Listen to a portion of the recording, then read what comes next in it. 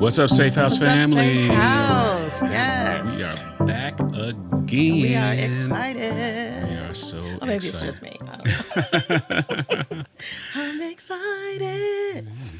Yeah, this is going to be a special week. So remember, you all, like this video, share the video, subscribe to the channel, and remember to hit the bell so that you're notified when we publish new content. And there's that little smile of yours. I was going to try not to. Every time you hear hit the bell, I know it have wakes really something got to think up. about why that makes me want to laugh every single time. It wakes something up in I you know it every does. time. It's like the little girl in me just starts giggling, and I'm like, Ring the bell. Well, I'm not sure if it's a song or something else that's going through your head. know. Probably all of that. I don't know. It could be a little bit of both, but whatever it is, it always makes me laugh. I think we always need something to make us laugh as couples, So like you said, see, that would be a good thing to use like if we were having a disagreement. Yeah. And you could just be like, ring the bell. Ring the bell, right? Then I would start Then laughing. you start laughing. It just right? kind of diffuses everything. Right. There's probably 4 or 5 other phrases I know that can kind of get you to giggling, and so we'll reserve those. Right. This is a family-friendly show. It is. So keeping with, get us back on track here and get the train back on the track. We on track. I'm sorry. Don't take much from me. Right. So in keeping with the theme of access, and we've talked about boundaries, this week we're going to take a little bit of a detour. We're still on this topic, but what we're going to do this time is we've got a couple of questions from our participants. Yeah. Well, we really appreciate you guys reaching out to us and asking the questions. I know we say it every episode, to ask questions. But like I said, we got quite a few questions. So I just picked a couple of questions that people were asking. And we also realize too the sensitive nature of this stuff. Sometimes folks just don't want stuff in the comments. And when we work with couples, part of the covenant is confidentiality. So best believe the folks we've discussed this with, they're okay with these questions being shared. Generally, we protect names to protect, remove names to protect the innocent. And if you do have discussions with us and sessions with us, just know that we will not use you as any sort of case study when we get on here and talk. So everything is absolutely confidential. So with that being said, those that are brave enough to allow some of their questions to be public, we will share them so that everybody can benefit. Yeah. And, hopefully you kind of like our answers. And those of you that have, not familiar with the series we're going through now about access and boundaries, why don't we link, we're going to have a link probably up here somewhere that talks about going back to our issues of access. This whole series has been about access, and we go through access and we go through boundaries. We talk about different boundary types, but it's a really good series to help you understand. And remember, this is not just for people that are married. Right. This is relationship based. So if you are on the path to marriage, if you're single and you're considering what the forever person may be, or you may have found what you believe is a potential forever person candidate and you're working through that process with them, or if you're married and you're newly married and you're trying to figure out how you're doing forever together, or even if you're a veteran like we are, we're 30 years in and you're doing forever and you're just trying to do forever better. Yeah, I like that. Do forever better. Yeah, and so any walk of life you may be on when it comes to relationship, this stuff applies. Yeah. So do you want to kick us off with questions, or you have anything else to add in the intro part of it? I think we can kind of kick off our question. So we have 2 questions. So one of the questions was geared like for the singles, and then the other question came from a married couple. So the question that came from the singles was, during the dating process, we like labels. You my boyfriend, you my girlfriend. We fiance, or whatever we call ourselves while we're doing it. Some people just say they're dating. But within those labels, what kind of boundaries do we have? It kind of reminded me of like the question that when you had did the panel before, and so then somebody asked, well, what kind of rights do girlfriends have versus, so this was kind of like that question, like when you're dating, what's acceptable? What's acceptable behavior almost when you start labeling it? Yeah. Yeah. So there's a couple of questions wrapped up in there, and I think we can unpack this together. So Yeah. it's like when one, there's the label or container that we're in, you know, Yeah, which is a boundary in and of itself. is that a thing? And then what are Yeah. the expectations thereof? And Yeah. that's a multi-layered answer in It my is. opinion. So, Yeah. disclaimer: this is my opinion, right? My opinion based upon my experience. So, well, first, I think we're in an era where folks are kind of uncomfortable with the concept of labels. They believe labels are kind of limiting. And they tend to shy away from those labels because they believe there's actual constraints that come with them. And I think it's really how you view the label, because with the label can come benefits. So for example, we change the relationship context to a job context. If I put the label on you as vice president, then in that label comes certain responsibilities, a certain salary level, certain access to things, certain privileges, certain authority that comes within certain boundaries, and even certain autonomy that comes along with it. So I don't think labels in and of themselves are bad. I think the person would need to sit back and ask the question, why did I draw this bad parallel between labels and what I'm trying to do right now? In order to, why do I want to avoid labels? And then, really, the other component of it is the relationship you're in, no matter what the label or container or whatever you use to kind of describe the situation you're in, that you're both in agreement about what that label means. Yeah. And so if we're going to be a boyfriend and girlfriend, then to me, it is, up to us to define what boyfriend and girlfriend means. Now, you have to be very careful because what you don't want to do is cross over into acting married while you're still dating, right? Or if we're dating exclusively. But still, there is, you have to come up with, I think, some agreement on what those labels mean. And I think, and I use a lot of corporate terms, right? I like the label. The label actually means some sort of contract. It's agreement between us about what the expectations of how we should behave with each other mean, right? And it shouldn't be one-sided. It shouldn't be a one-sided deal. So that's a many-layered answer, but it's very, very abstract. So I think it's very interesting because I just remember when we were dating, I don't know if we talked a lot about what that looked like. And so I'm a substitute teacher in middle school. And so the kids, that's like their big thing. Like, you're my boyfriend, you're my girlfriend, and so they have an idea of what that means. So that means that if we boyfriend and girlfriend, then we ain't talking to all the other kids in school. Right. And everybody knows that. So in their minds, they're considering themselves to be dating. Yeah, some sort of dating exclusivity. Exclusively. Yeah. And I almost feel like, when we start dating, we come to the table kind of like with that mentality. We're still like high schoolers or whatever, because once again, even when you're in high school, you don't really talk about like what all of that means. You're just like, hey, if we've been out on a few dates before, now we must be dating. Now we must be boyfriend, girlfriend. Yeah. It's kind of like what we talked about in the last episode about explicit and implicit. Yeah. So sometimes, like you said, if we went on like 4 dates, and maybe in somebody's mind, we're implicitly now we boyfriend, girlfriend. Yeah. The other person may not think that. Yeah. But for some reason, that's just what we attach to that. I think it's going to come down to your upbringing and your sort of socialization, right? What you experienced in terms of that, because, I know people personally that are sort of, even in married relationships, they're kind of poly. That's the normal thing, right? Yeah.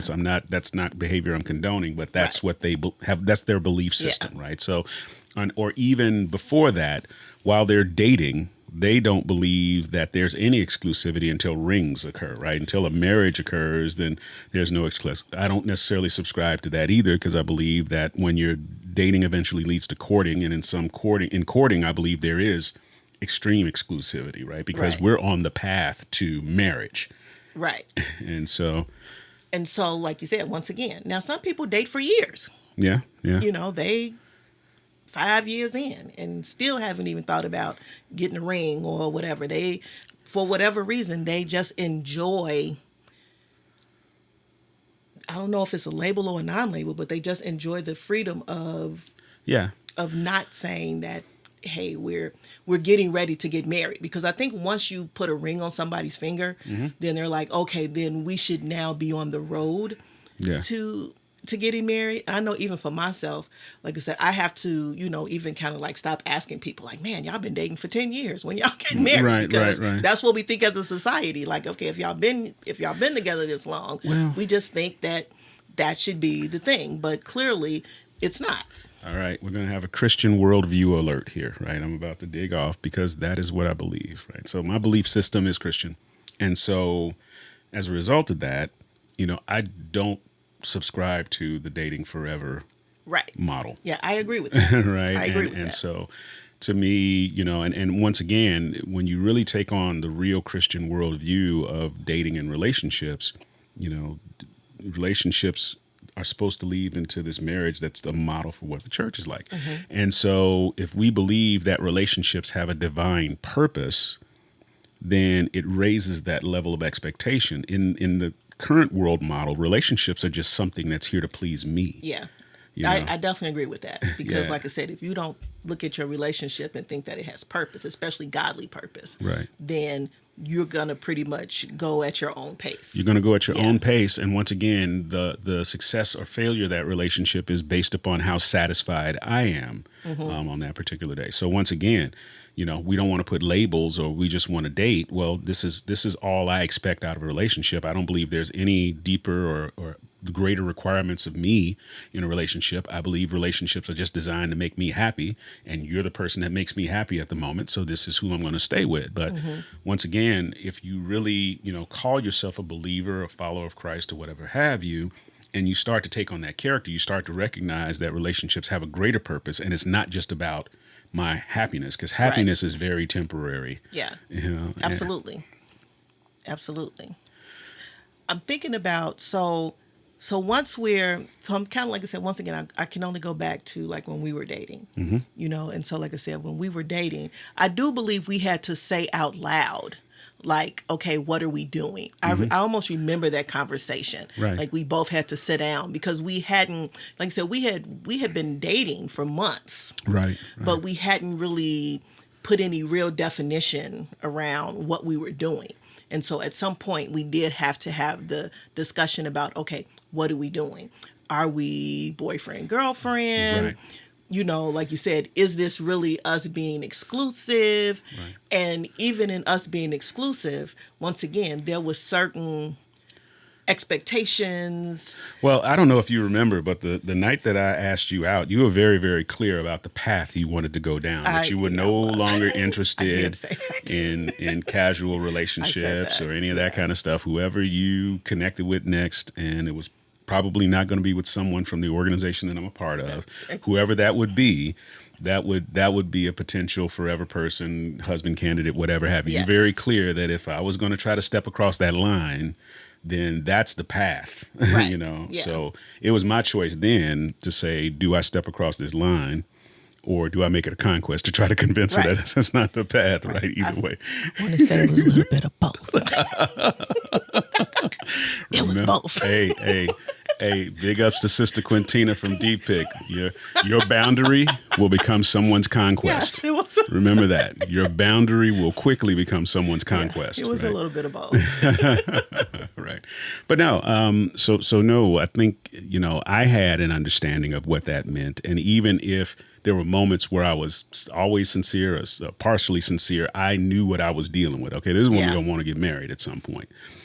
And so continuing down that path, right, I knew that the expectation was going to be. And then, in that same token, you had expectations. I had expectations of what that would look like too, right? So I think, we started to discuss it more explicitly, but the container was created from day the first one. Yeah. discussion. It right? was.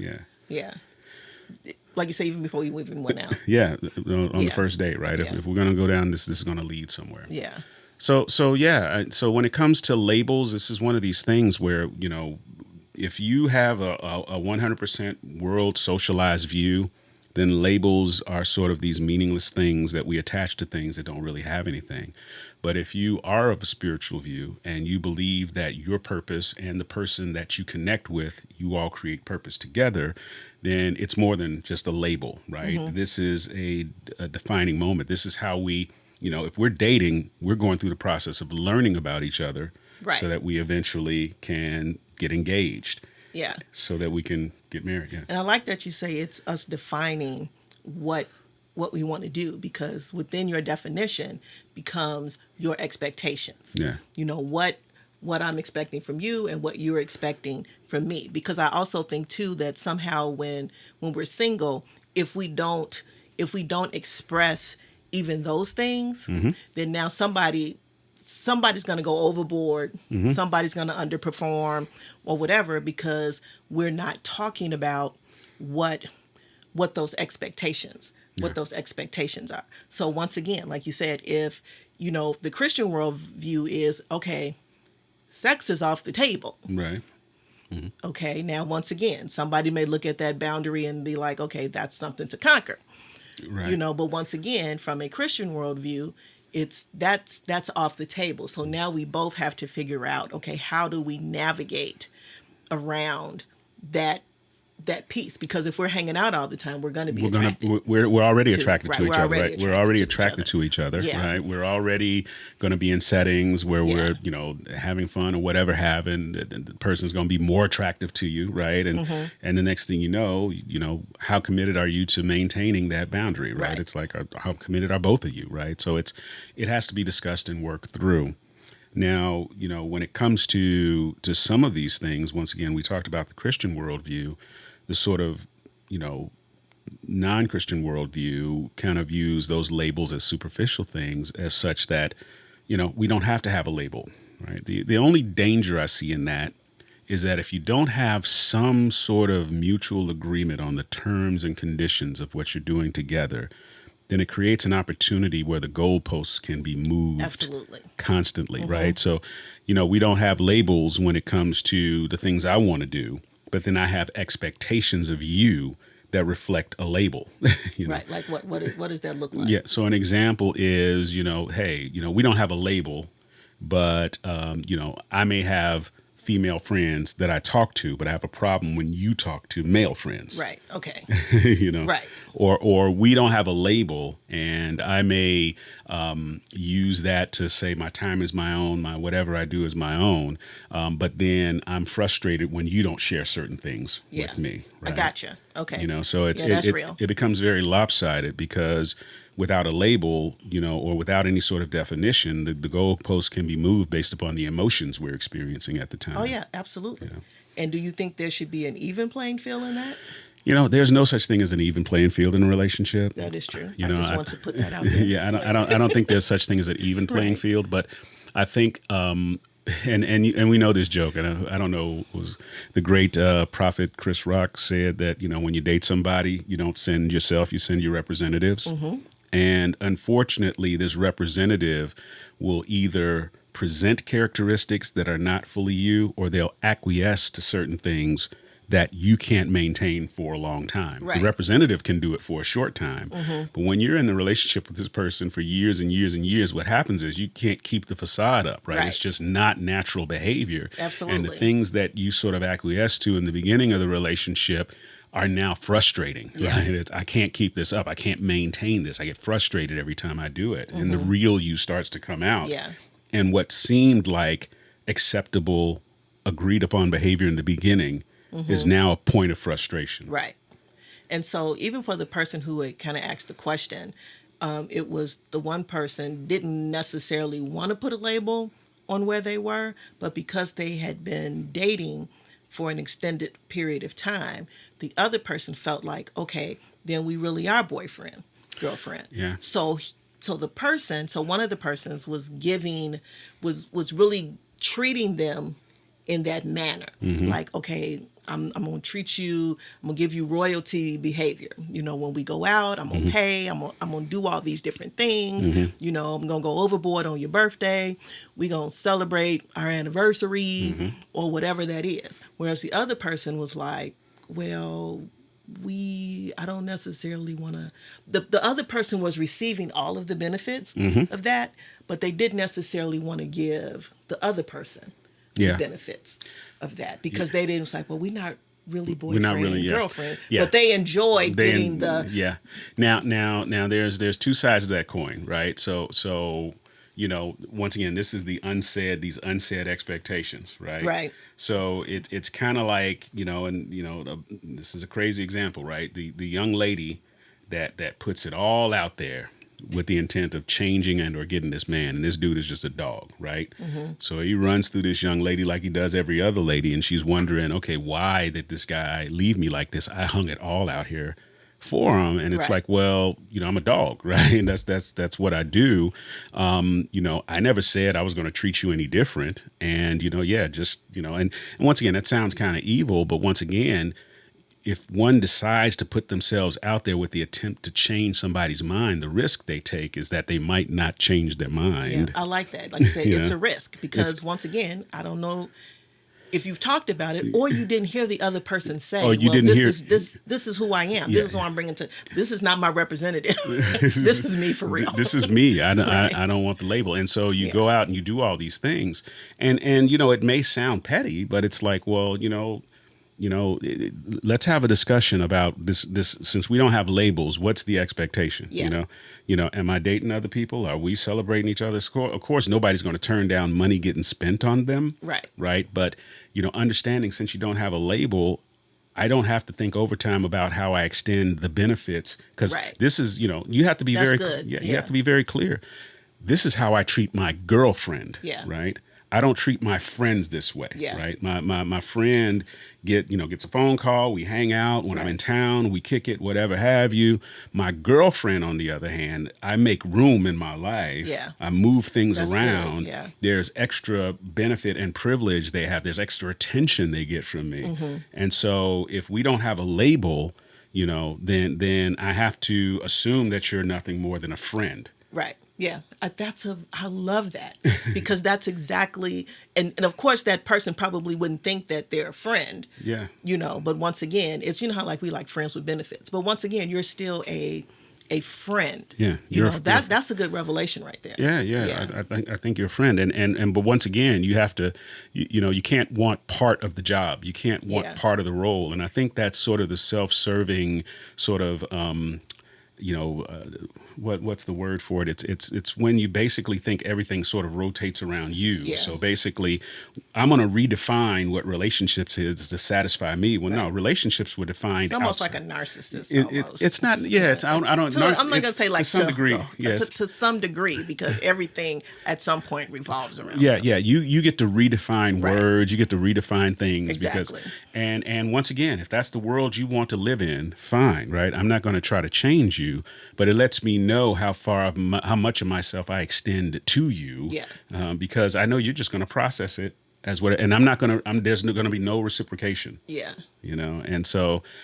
So to the person that's extending themselves, I take a long look at what you're doing, and I'd have a conversation and say, hey, there's things that I do for my girlfriend, and there's things that I do for my friends. There's and so if we're not in category B, which is my girlfriend, then I have to assume we're friends. Right. And so what that means is one person may have to pull back. Yeah. On what they've been doing, because because what happens is, like you said, when you don't know, like you said, you feel like you all in, and then the other person is on the outskirts, Right. and you trying to figure out like why they on the outskirts, but like you said, because they've already said to you, I'm not all in. Yeah. The label is a contract. The label is an agreement. Yeah, the I like label that. Yeah. the label has terms and conditions. And so, It governs your behavior. It governs your behavior. Yeah, I like that. And so if we don't want a label, then we don't have terms and conditions. Nothing's governing our behavior. So you are a friend. Yeah. Wow, that's a good way to end that question, because I think that's probably the best way to look at it. That a label definitely governs your behavior. Yeah. I like that. Yeah. So singles, think about that. Yeah, think about that. And I know we often want the freedom of not having labels. because we believe it gets us some freedom.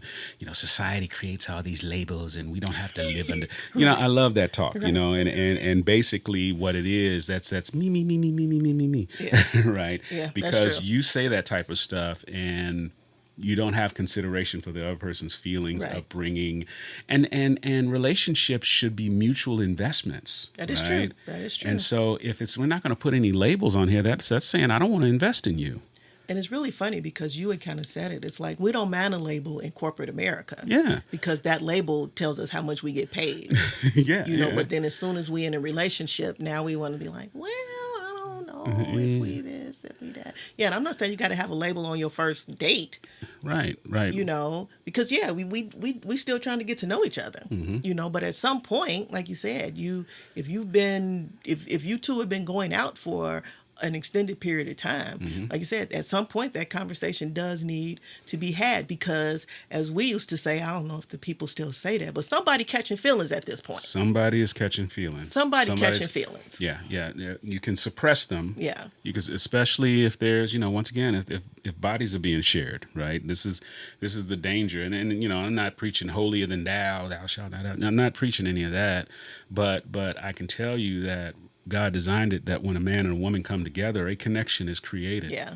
And we have trained ourselves to suppress that connection for whatever reason, right? But some are more adept at it than others. Yes. And somebody in the situation is starting to feel deeper. Yeah, right? that is true. And it starts to manifest itself in crazy behavior. It does. Right? I did. I did. I did that. When we were dating, I had to stop going places because I'm in a sorority, he's in a fraternity. And so I had to like I said, when it starts manifesting in crazy ways, like I said, we was dating and we had kind of established that we were boyfriend, girlfriend. Yeah. So we had a party, and so all the girls was loving him, just loving him. And I can't be mad at all the girls for loving him. But all the girls were loving on him. So I'm like in the corner, like looking for pennies, like throwing pennies at the girls, because I'm like, so I was like, yeah, I gotta get my whole life. Well, yeah. Once again, that whole, we all go through phases of wanting to bust windows out of cars and do crazy things, right? I was just throwing pennies. Yeah, no. You weren't busting windows or anything like that. But once again, I think it was a clear indication because I was failing on the boundary front, right? Absolutely. Yes. In terms of creating boundaries, in terms of honoring, keeping my end of the deal, right? Of what I thought of what the label should be. Absolutely. There was a failure there, right? Yeah. And so there's no glory in that. But once again, having clear boundaries and expectations, because you're like, look, if you're my man, I don't expect these girls to be hugging on you, right? And so I think that comes with the territory, but you will have to work that out. Yeah. I suggest a conversation, because it's one of these things, the longer it goes unsaid, the longer it will fester and become an issue of contention. Yeah. And it'll start to manifest itself in bad and crazy behavior at the least possible I totally opportune agree. moment. Yeah, I know. Andre was, I think I hit him with one of the pennies. He was like, what in the world? What's going on here? It's raining money. Right. And it wasn't dollars. It was pennies. It was coin. Okay, we gonna move on to change. Right. They say listen, when you're in college, that's all you got is change. Right. They talk about making it rain. She was making it hail. Just ching, ching. Right. That is true. Oh man, I was the crazy one. All right. Okay. Our next question. The next question our next question is a good boundary question, because like I said, we talked about implicit and explicit boundaries. Okay. So this one was more like an explicit boundary. One of the spouses said that their spouse was struggling with their explicit boundary of quiet time, private time, that they needed to just have moments where they could be alone. Yeah. But the other spouse was really struggling with them putting in that, laying down that explicit boundary, because they wanted to be able to spend all of the time with the spouse. Right. So the question was, how do I help my spouse accept that I actually do need this time that I'm requesting by myself. Yeah. You know, so that can be complicated, right? Because I've experienced there are people that hear with their ears and then they hear with their broken hearts, right? Yeah. And what do I mean by that? They don't listen to the actual words you're saying. They listen to what they think they believe about what you're saying. And so when you say to them, hey, I need some alone time, I need to process this, I need to whatever, they hear, okay, why do you need to get away from me? Right? What am I doing? You know, they may be hearing that, right? They hear something's wrong, right? Or they hear, you know, this is just another this. Or there may be mistrust. Why do you feel the need to do that, right? Because it's a contrast to their own feelings. So just for the record, just to validate as a neutral third party, it is completely natural and okay for your spouse to have their own interests, their own time. I'm sure y'all are not spending time in the toilet together, right? Y'all get some time alone, right? Right. But even just thinking about, okay, that person getting spiritual again, that person having prayer time, time with them and God, right? They need to have that, and you not supervise it. Right. Yeah. You not supervise or validate it, right? You don't need to validate, okay, you in here with God, so then I can get out. No, that's not for you. You can still be a married couple and still maintain some sense of individual self. Even though you're one flesh, you can still maintain individual self. And so in terms of helping, I'd have the discussion and say, look, this is a serious matter. We need to discuss this, and we need to not let it go until we work through it, right? Even if we need to involve trusted, godly third parties to say, let's walk through this process together, because that person has some real issue, trauma, point of view that makes them think that this is a negative when it's really a neutral, right? Yeah. Right. I know. like that, yeah. I know some people that they process facts as negative information. It just may be true, right? It may be something that exists, but their mind frame says, well, that's negative, and it's like, well, it's not negative. It's just data. Yeah. But if I'm in a mind frame where I don't want anything that I perceive to be as negative data in the mix, then it's negative to me. So there's something in that person's mind that construes you being alone, or you having alone time, or you having an alone interest as negative, as something either against them or an indicator of some sort of negative behavior. We need to tease that out. But the baseline is, on its face, it's not negative. So let's discuss, why do you think this is a negative? Because we have to get to a place, and this is for the spouse that's seeking the alone time, we have to get to a space where I am able to have time to be alone, right? To do my own thing, to pursue my own pursuits, to, go a little time away, right? Or whatever, And so I think what could be part of the struggle is that for the spouse who's feeling like, okay, like you said, they may not feel like they're getting enough time with that spouse, because if you working and you doing all these different things, so then what happens is that when you want that alone time, then it's like now the other spouse feels like they have to fight for some time with you, because it seems like you're filling your time with everything but that spouse. Right. And so they don't want to have to fight to figure out, your schedule was full all week now, and I get it. You need a wind down moment, but we haven't spent any time together. Yeah. That's a very good point, right? So there has to be a real assessment to find out if there is starvation, going on, right? So I filled up my time with everything else, and now the little time that I do have, I want to use that as alone time, when really, our relationship should be, and we talked about relationship equity in the last couple of episodes, right? If your spouse feels, or your partner feels fulfilled and we're spending time together, there's no threat in them going to do something, that should help to ease that. But if you have a partner that's like, man, if they can enumerate to you, we haven't spent any time together in the last month, and now you want alone time, you have to step back and say, wow, wait, I haven't spent any time. Or you all don't have a definition of what spending time is. I think Yeah. we Yeah, we had encountered that, yeah. we encountered this, right? We did. So if to me, we were watching movies, doing the Prime, Netflix, Max, whatever have you, and so I'd be like, hey, let's watch this together. And in my mind, that's spending time. I don't think it's your time. You considered that spending time, right? I did. But I think what happened was if the phone rang, I'd pick it up and I'd answer it. And so in your mind, it's like, okay, this is our time. No, this is not for you to pick up phone call time. Right. And so, but we talked about it, and I was like, oh, I didn't even really didn't realize there were expectations, right? Yeah, exactly. Yeah. And that's clear too. So are there boundaries around what is you all's time? Yeah. Do you all have a secret, sacred place that is just yours, right? And that you can call yours, and there's no outside interruptions.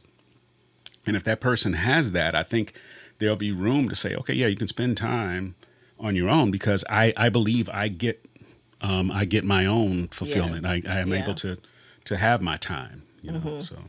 Like I said, it was just very interesting because once again, there's all these different dynamics of, like you said, of trying to, like you said, to get the other spouse to be like, okay, like I said, I just need a minute, of just to relax or to do whatever, because some spouses want to do everything together. So like I told Andre, I said, I want to start doing things together, but that doesn't mean we have to do everything together. But I'm like, hey, I want to go to church together. I want to go to different events together. I want us to be in the same car together, because we were doing a lot of those things separately.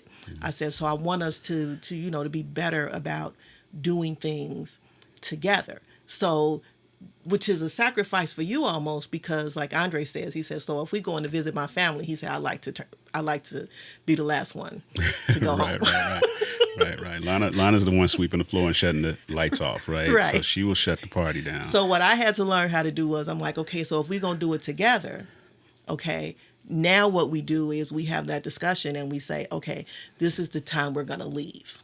Okay, so you can't be the one to, like you said, to be sweeping the floors and closing it down, because we came together, and so now we've spent some time together with your family, but let's set a time when we're both going to leave. Right. Together. And there's sometimes I say, okay, no, babe, you shut the party down. I'll be over here, right? Absolutely.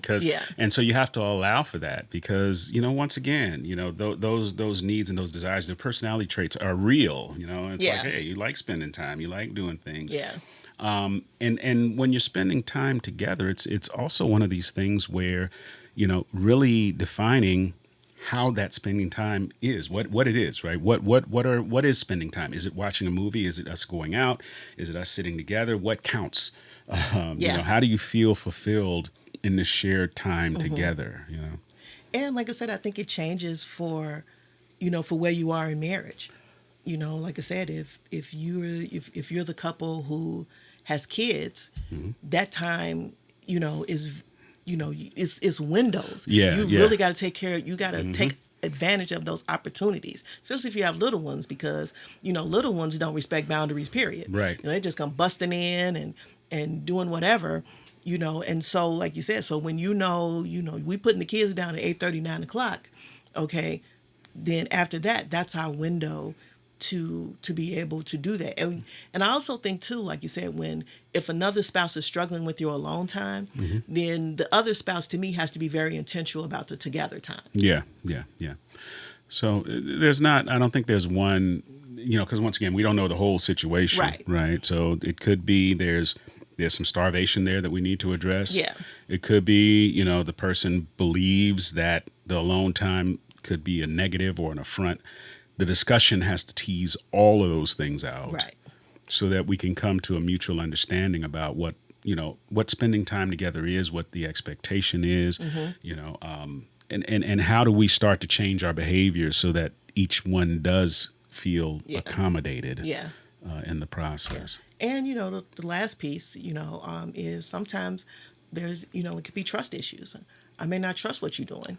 in your alone time. Yeah. Which unfortunately, it's a big thing, right? If you know, if you have an untrusting spirit, right? If you tend to second guess, question, whatever, and there may be legitimate things that have you thinking that way, you immediately go back to the negative place whenever, you know, the person's out of your sight. Yeah. You know, but that's also a control issue, because what you start to quickly realize, and this goes back to the question that we always ask people: do you trust God With your with your spouse. spouse? Yeah. Right.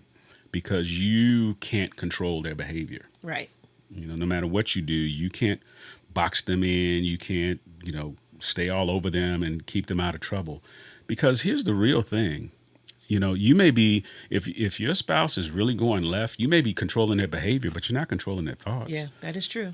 You know, and if they want to go left, and if they want to do some things or whatever, even if they're not able to physically act it out, they've acted it out in their mind. Yeah, they definitely have. Yeah. You know, so no, I think just really working with a counselor or someone to really deal with, for that type of issue, to deal with that brokenness, to say, you know what, I can't control that anyway. So why do I let that live rent free in my head? Why do I think on that? Why do I think I can control that behavior out of our marriage? That very rarely happens. Yeah.